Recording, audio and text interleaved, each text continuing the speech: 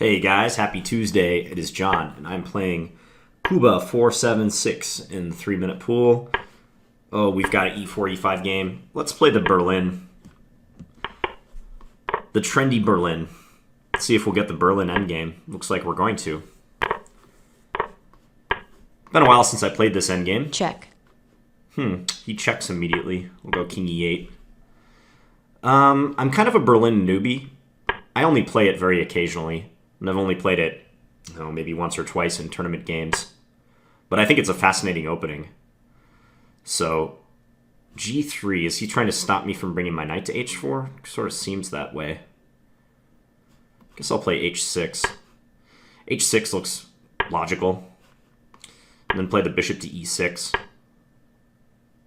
He can't yet play G4, because I do have knight H4 check. So I've got that going for me in the position.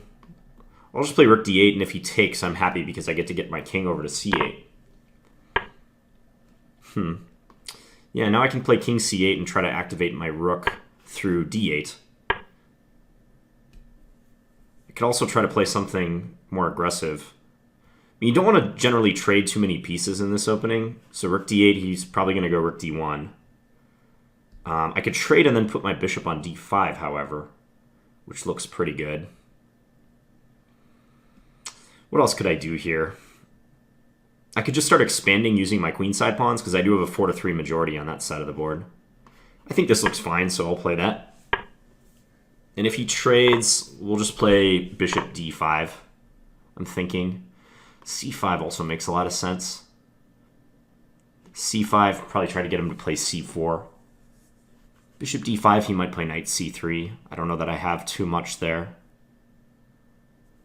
I mean, I think I have at least equality there. Let's play c5. It seems more interesting. Check. Just trade these guys. He does play c4. So I'd really love to get my bishop attacking these light square pawns. So maybe this is a good start. Attempting to go check on d5. Check. He can stick his knight there. Play king d7.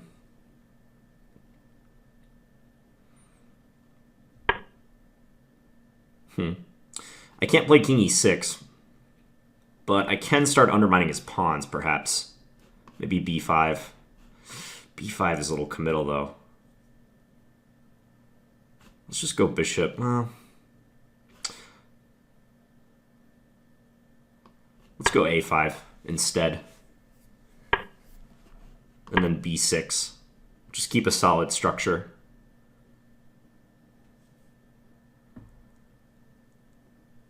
I'd like my bishop to be more active than it is right now. Go back here. Maybe g5 is a good move. Now let's do this. Check. Thing is, he's going to play e6, perhaps.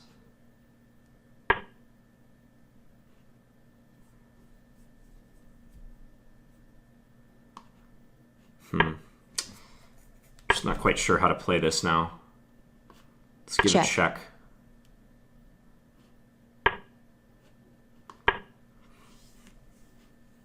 Letting him make an awful lot of progress with his pawns. And my time situation is kind of poor right now.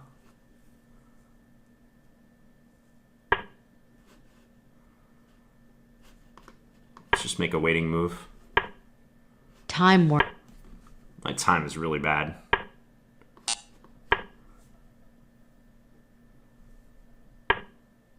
Okay, I'm going to go for something. And hope it works. Actually, it doesn't work at all. I don't know why I played that. I was trying a pawn breakthrough. Clearly did not pan out like I wanted it to.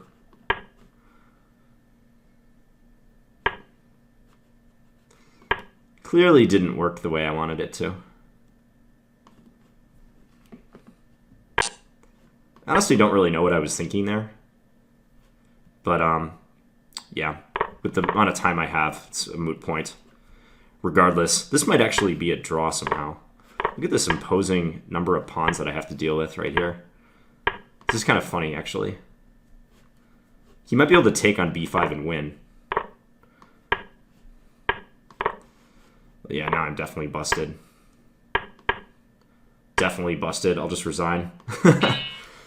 Wow, that guy played well. He kept the pressure on the whole game. I didn't really have a chance to breathe. He finished with an extra minute. Kuba, 476.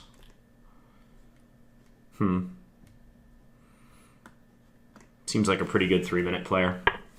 Okay, I'll go back and check this out. I think my inexperience on the black side of the Check. Berlin was a little showing here. This all seemed fine. G3 is interesting. Can also play for h5 to try to discourage him from pushing his kingside pawns later. There's always like a big decision between h6 and h5 in this position. Because h5 is desirable to discourage g4, but you do give up the g5 square. You weaken that square quite a bit. So it's a trade-off. h6 a little more strained, but you keep an eye on g5. I mean, Check. I think my position was fine. Maybe trading rooks was not good here. I should actually probably play c5 right now. That would be smarter, because then he can't play c4 and reply. So I can just plan to play c4 myself on the next move. Let's say in the event of rook d1, just go here. Maybe he can play, like, I don't know, knight d5. But if I'm able to trade and then take, I've straightened out my pawns. I don't think there's much reason to believe that black is worse here. So quite possibly I just missed my chance to play c5. Yeah, c5 right now is good, according to the computer. I mean, rook d8 should be fine too, but now it says h5. Yeah, I could play h5 now that the g5 square is more easily covered by my bishop, and his bishop has been placed on b2, so it's not on this diagonal eyeing the square. So maybe I should have done that. Check. Yeah, he just has like a slight advantage now. Check. I transfer my bishop. Maybe b5 was decent here. The thing I didn't like about b5 is I was worried that c5 would be a permanent weakness. And what I'm really banking on with b5 is being able to take and then somehow work my bishop, my light square bishop, around to attack that pawn, which is a little far-fetched right now. And he can play bishop a3. And I have to defend this guy. This is the type of position that it's easy for black to end up in the Berlin. It's kind of on the border between like a white advantage and equality. Check. Yeah, now his majority is really felt. This is kind of instructive. And I haven't been able to activate my majority on the queen side. Check. I was wondering if he Check. was going to play e6 check. The computer indicates that this would have been a good idea for him. Because then after take, he can take g7, and this pawn is hard to defend. Like I was probably going to play this move. Yeah, something like this. Even though we're close to slipping into an opposite colored bishop position, I don't know that I can ever do that favorably, because if I Check. ever take here, this pawn is dead meat. And once again, I haven't activated my majority, and I have a bunch of pawns that are on dark squares. And my c7 pawn is easier for him to attack than it is for me to attack his b3 pawn, which is like the base of his structure. So yeah, I'm pretty sure I'm losing in that case. So e6 would have been good for him. Check. He did this, and yeah, I was getting really low on time. He kept playing good moves. e6 again would have been a good option, it seems. King e4. Yeah, I'm not sure why I thought I could maybe go into a pawn endgame. I think I hallucinated and thought that after b5 take here... Oh, well, actually, no, I'm not hallucinating. a4. Yeah, this is what I was going for. And he is outside of the square. So I can queen. That's what I was going for, but I don't think I considered what happens if he just... Oh, I did the pawn break the wrong way. That's what happened.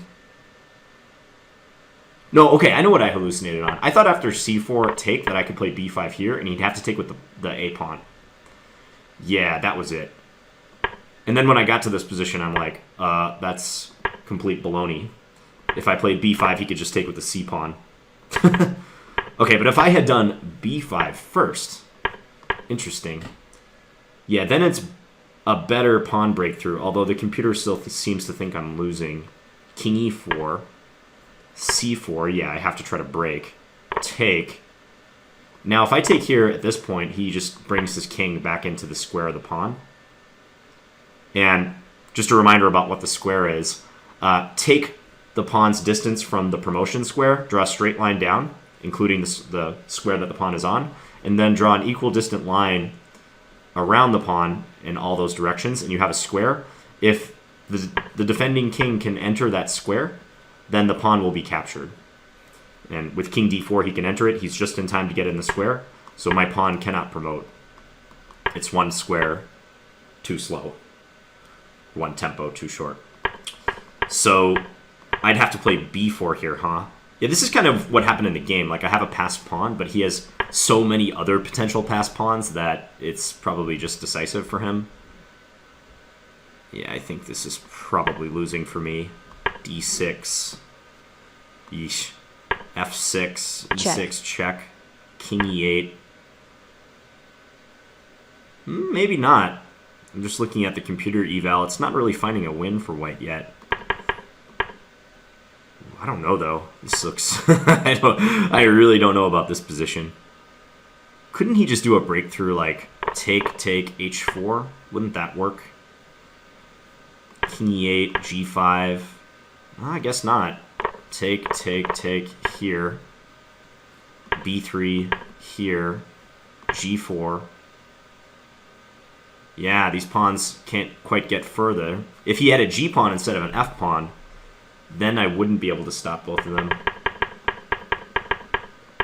Wow, I wonder if this position's actually a draw.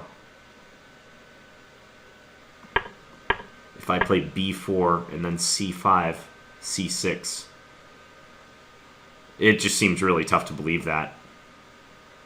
c5, c6, d6, f6, e6 check, king d8.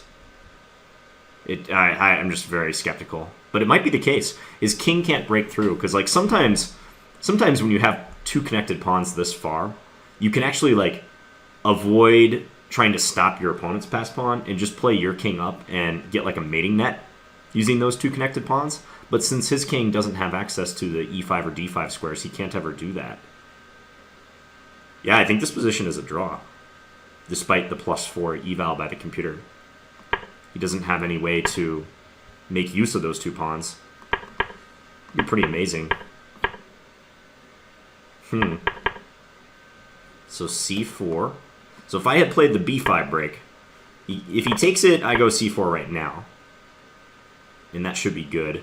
Computer is showing some crazy draw, apparently. Take, d takes, king e7, c5, a3, b6, take, here. We promote at the same time, and I guess black has a perpetual.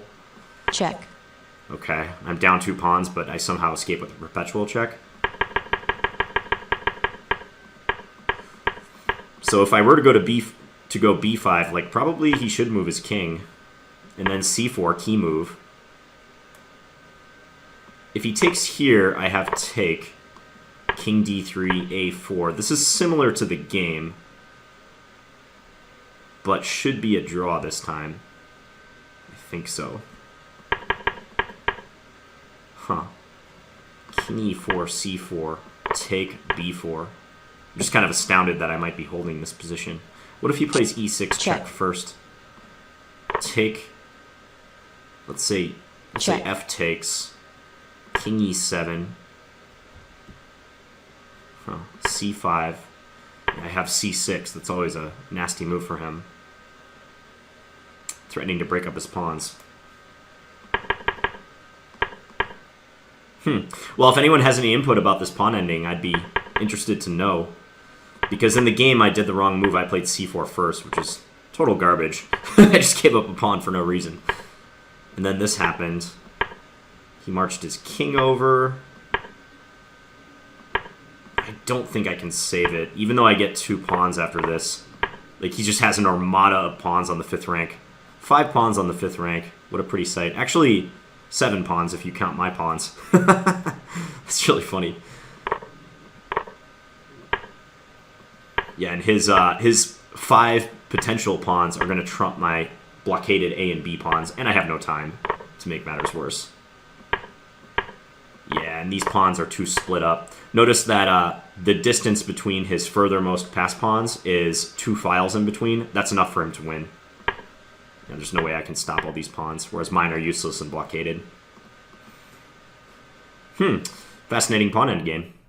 Hope you guys enjoyed that one, and I'll be back with a couple more videos today. Thanks for watching, guys.